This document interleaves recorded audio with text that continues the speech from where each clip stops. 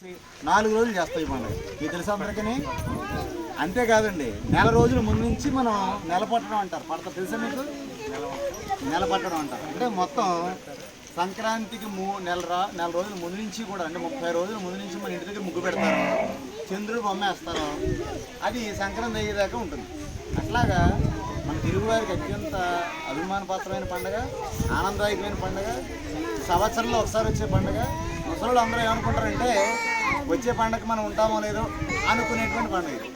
So మరి అట్లాంటి పండుగ మన స్కూల్లో చాలా ఆనందంగా జరుగుతుంది. ఇంకోటి ఏంటంటే, ఇదిగో ఈ వేషధారణ చూడండి, ఇది మన లుంగి.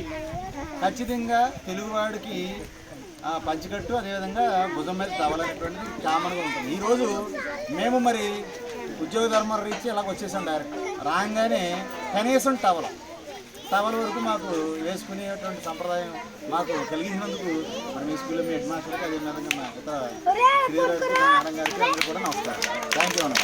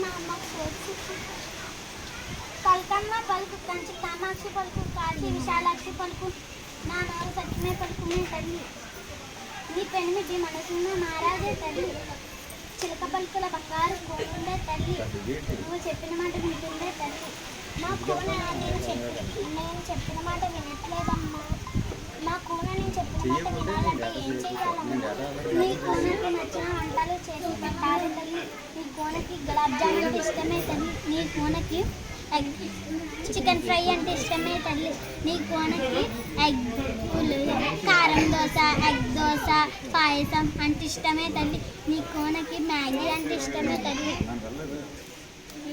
ఇవన్నీ తింటే ఆరోగ్యం పాడవుతుంది కదండి అప్పుడప్పుడు చేసి పెట్టాలి తల్లి నీ కోన నువ్వు చెప్పినట్టు ఉంటుందే తల్లి మళ్ళీ వచ్చేసరికి నాకు ఒక చీర జాకెట్ పెట్టాలి తల్లి